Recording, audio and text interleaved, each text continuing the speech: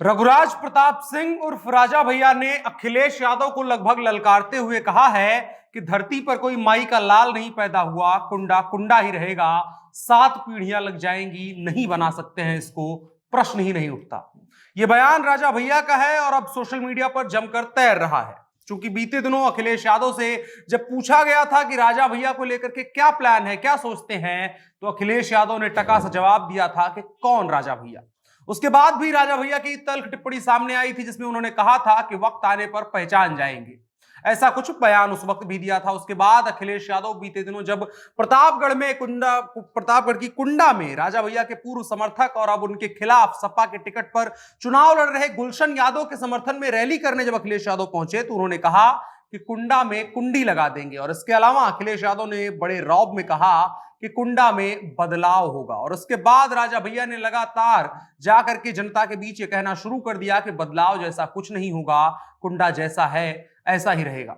अब सवाल उठता है कि क्या हो गया समाजवादी पार्टी को, जो राजा भैया को अपना अभिन्न अंग मानती थी जबकि राजा भैया निर्दलीय थे, उसके बाद एक लंबे वक्त तक मंत्री उनको बनाया और तमाम चीजें की, तो आज अखिलेश यादव को राजा भैया से तकलीफ क्यों हो रही है। और अखिलेश यादव जिस राजा भैया के इशारों पर कभी अपनी पूरी जेल चलाया करते थे, जो सिस्टम चला करता था जेल का, आज अखिलेश यादव को उन राजा भैया का चेहरा क्यों नहीं याद रहा है और उनके ही खिलाफ चुनाव प्रचार क्यों कर रहे हैं, जबकि 1.5 दशकों तक समाजवादी पार्टी ने राजा भैया के खिलाफ कोई उम्मीदवार नहीं उतारा है।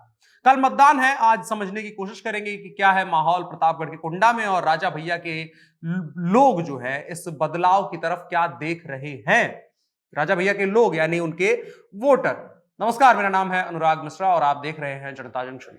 मेरा नाम लालमोहन कुमार हुआ और हनुमान में लैब टेक्नीशियन के पद पर हूँ। और मैंने जब से यहाँ ज्वाइन किया लगभग ये 5वां महीना है।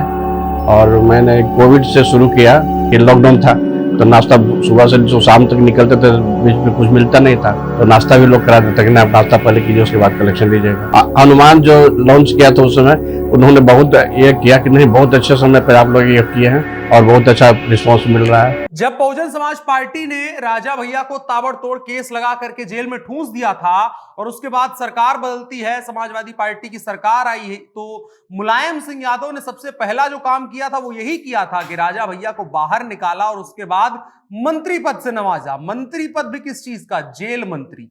उसके पहले वो सहकारिता मंत्री ही बने थे। उसके अलावा तमाम ऐसे पद और तमाम ऐसी सुविधाएं मुलायम सिंह ने प्रदान करी जो मायावती के शासनकाल में राजा भैया पर किए गए जुल्मों की बराबरी कर सके, रिकवरी कर सके। राजा भैया जिन्होंने मुलायम सिंह के लिए और मुलायम सिंह के रसूख को कायम रखने के लिए उत्तर प्रदेश में सरकारें गिरवाने तक का काम किया, आज उन्हीं मुलायम सिंह के बेटे अखिलेश यादव उन्हीं राजा भैया के खिलाफ प्रत्याशी क्यों उतार रहे हैं। लोकतंत्र में चुनाव लड़ना कुछ गलत नहीं है, लेकिन चर्चा हम इसलिए कर रहे हैं क्योंकि 1.5 दशक में जिस समाजवादी पार्टी ने चुपचाप राजा भैया का कुंडा में समर्थन किया, जरूरत पड़ी तो मुखर होकर के किया, मंचों पर राजा भैया को मंत्री पद दिए, आज अचानक से कुंडा में कुंडी लगाने की याद कैसे आ गई और कुंडा में जुल्म और सितम की याद कैसे अखिलेश यादव और समाजवादियों को आ रही है। तो अखिलेश यादव जब से समाजवादी पार्टी के मुखिया बने हैं तभी से उनकी कोशिश है कि जो मुलायम सिंह यादव के करीबी थे और जो कहीं ना कहीं दागदार छवि के लोग हैं उनसे दूरी बनाई जाए। इसी कड़ी में राजा भैया से भी बीते कुछ सालों में अखिलेश यादव ने दूरी बनाई है और 2022 के विधानसभा चुनाव में अखिलेश यादव साफ तौर पर राजा भैया को हराने की तैयारी में नजर आ रहे हैं और इसीलिए उन्होंने राजा भैया के ही पुराने साथी गुलशन यादव को अपनी तरफ मिलाकर के चुनाव मैदान में उतार दिया है।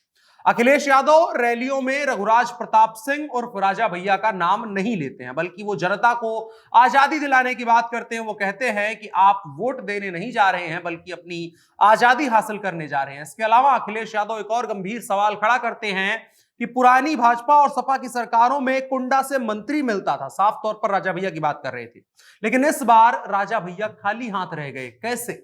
जिसका साफ मतलब था कि वो बता रहे हैं कि राजा भैया की भारतीय जनता पार्टी की सरकार में कोई इज्जत नहीं है और उनका रसूख भी किसी काम नहीं आ रहा है। इसलिए जो जनता राजा भैया के रसूख से अपना जुड़ाव महसूस करती है उसको पता चलना चाहिए कि राजा भैया का रसूख नहीं रहा है। आपको बताएं, साल 2007 में बसपा, साल 2012 में सपा, साल 2017 में भारतीय जनता पार्टी की लहर के बावजूद भी राजा भैया हर बार कुंडा सीट से जीतते रहे हैं और हर बार मार्जिन बढ़ता रहा है।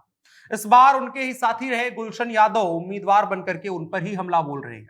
यही नहीं, यादव बिरादरी के अच्छे खासे वोट हैं इस सीट पर, इस वजह से कॉन्फिडेंट भी नजर आ रही है और ऐसा माना जा रहा है कि राजा भैया के लिए मुकाबला थोड़ा सा कठिन नजर आ रहा है और भारतीय जनता पार्टी भी उनको घेरती हुई नजर आ रही है, वॉकओवर नहीं दे रही है। इस बार सिंधुजा मिश्रा को अपने मजबूत उम्मीदवार के तौर पर उतारा है। सिंधुजा मिश्रा पहले भी बसपा के टिकट पर रघुराज प्रताप सिंह और राजा भैया को चुनौती दे चुकी है। इसके अलावा अब की बार बसपा ने जिला पंचायत सदस्य मोहम्मद फहीम को मुकाबले में उतार दिया है। इसके अलावा अखिलेश यादव की अगर बात करें, जो बयानबाजी चल रही है, तो उन्होंने कहा कि इस बार तरह तरह के हथकंडे अपनाए जा रहे हैं, धमकियां दी जा रही हैं, कुछ दिया भी जा रहा है, डराया भी जा रहा है, इसलिए डरना मत। इस बार कुंडा में गुलशन ही गुलशन होगा। कुंडा में अन्याय की सभी सीमाएं लांघी गई हैं, कुंडा में बदलाव होगा। ये अखिलेश यादव का बेहद पॉलिटिकली करेक्ट बयान है, जिससे वो साबित करने की कोशिश कर रहे हैं कि ये नई सपा है और इस बार प्रतापगढ़ के कुंडा में बदलाव लाएगी। लेकिन कुछ सवाल हैं जो अखिलेश यादव से पूछे जाने चाहिए, क्योंकि इतनी आसान नहीं है ये कह देना कि कुंडा में आप बदलाव ला रहे हैं, अन्याय की सीमाएं लांघी गई हैं, क्योंकि हिस्सेदारी आपकी भी है अखिलेश यादव जी। और अखिलेश यादव जी, मीठा मीठा गप, तीखा तीखा थू थू, कुंडा में अन्याय की सीमाएं लांघी गई। किसने समर्थन दिया उस अन्याय को? किसने जेल से निकाल करके राजा भैया को बाद में जेल मंत्री बना दिया? आज आपको लग रहा है कि रघुराज प्रताप सिंह को संभालना आपके बस की बात नहीं है, साइकिल में उतना दम नहीं है कि वो रघुराज प्रताप सिंह को पीछे बैठा के चल सके, तो आप जनता को मूर्ख बनाने पर लगे हुए हैं। अगर रघुराज प्रताप सिंह ने कुंडा में, प्रतापगढ़ में अन्याय किया है, अन्याय की सारी सीमाएं लागी गई हैं, तो ये बताना चाहिए कि जियाउल हक मर्डर के समय पे कौन मैनेज कर रहा था सब कुछ। जब मायावती ने वहां के तालाब और पूरे इलाके को सरकारी योजनाओं के तहत सरकार के अधिग्रहण में लाने की कोशिश करी, उस इलाके की तस्वीर बदलने की कोशिश करी, उसके बाद जब सरकार बदलती है तो झट से मुलायम सिंह यादव जी ने क्या किया था? और अगर जनता से इतनी मोहब्बत थी आपको और उनके दर्दों से इतना वाकिफ थे, तो कैसे निर्दलीय विधायक को हर बार मंत्री बनाते थे? जनता को बेवकूफ समझना बंद करिए। बाकी आप जो भी चुनाव कर रख रहे हो, लेकिन इतना याद रखिए कि यहां से रघुराज प्रताप सिंह 6 बार निर्दलीय चुनाव जीते हैं और जिसमें अधिकतर बार समाजवादी पार्टी का समर्थन और बाकायदा समर्थन मुलायम सिंह यादव से लेकर के पार्टी के बड़े बड़े नेताओं का रहा है।